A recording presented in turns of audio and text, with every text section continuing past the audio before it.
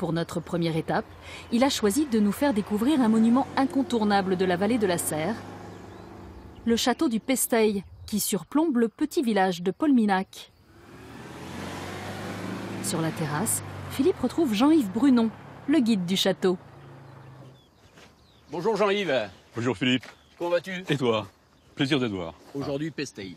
Ce magnifique château. Le joyau de la vallée de la Le Serre. joyau de la vallée de la Serre. Exactement, tout à fait. C'est superbe, Ce c'est beau magnifique. donjon, ce donjon qui a été créé là, construit, pour surveiller la vallée. Le donjon de 40 mètres de haut est le dernier vestige de l'ancienne forteresse médiévale. Il veille depuis le XIVe siècle sur les habitants de la vallée de la Serre. Une situation géographique idéale.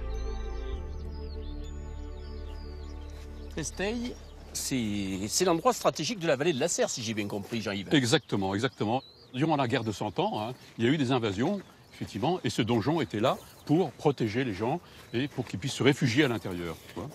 Le donjon dominait la vallée et communiquait avec d'autres donjons qui se trouvaient de part et d'autre de la rivière Serre. Il communiquait avec le feu, c'est-à-dire les flammes la nuit et la fumée le jour. D'accord. Voilà. C'était pour prévenir véritablement des brigandages qui avaient lieu notamment durant la guerre de 100 ans. Un véritable réseau de protection. Un réseau de protection, tout à fait. Ouais, tout à fait. Oui, absolument. Le château a été agrandi et remanié au XVIIe, puis au XIXe siècle. Il appartient depuis 1608 à la même famille, les Miramont, qui ont ouvert une partie de leur château à la visite. Des cuisines, au grand salon, du mobilier aux décorations, tout a été soigneusement restauré. L'escalier lui-même est une œuvre d'art. Et tu as devant toi un magnifique escalier, dit à l'impériale, c'est-à-dire à double volet, qui aboutit d'abord au premier étage, puis au second étage. La partie droite du château est habitée par les propriétaires, la famille de Miramont, et la partie gauche est ouverte à la visite.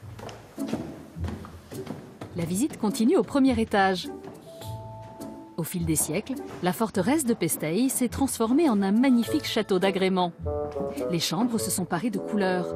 En témoignent ces fresques remarquables du XVIIe siècle.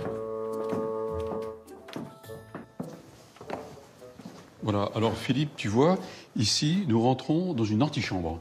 Mais il faut lever la tête pour regarder la peinture qui représente une scène de la mythologie grecque. Il s'agit de la renommée qui est en train de sonner de la trompette pour chasser ce monstre marin, la calomnie en fait, au fond des abîmes.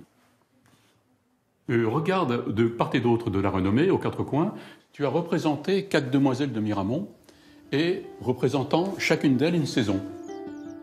Après les anciens appartements, il est temps de s'attaquer au fameux donjon de Pesteil, dont l'accès est aujourd'hui beaucoup plus facile qu'au Moyen-Âge. Voilà, nous rentrons ici, effectivement, dans la première salle du donjon, par une passerelle, mais qui n'existait pas avant. On pénétrait, effectivement, dans cette première salle par une échelle. Et une fois tout le monde était rentré dans le donjon, on tirait l'échelle pour éviter toute par mesure de sécurité, voilà, de sûreté. Tu as raison, ça devait être plus sûr. C'est beaucoup plus sûr. On accède aux étages supérieurs par un escalier taillé directement dans l'épaisse muraille. Au dernier étage, vous découvrirez une salle dédiée à un monument du cinéma français. C'est dans le somptueux décor du château de Pesteil que Jean Marais a fait ses débuts dans le film L'Éternel Retour, écrit par Jean Cocteau.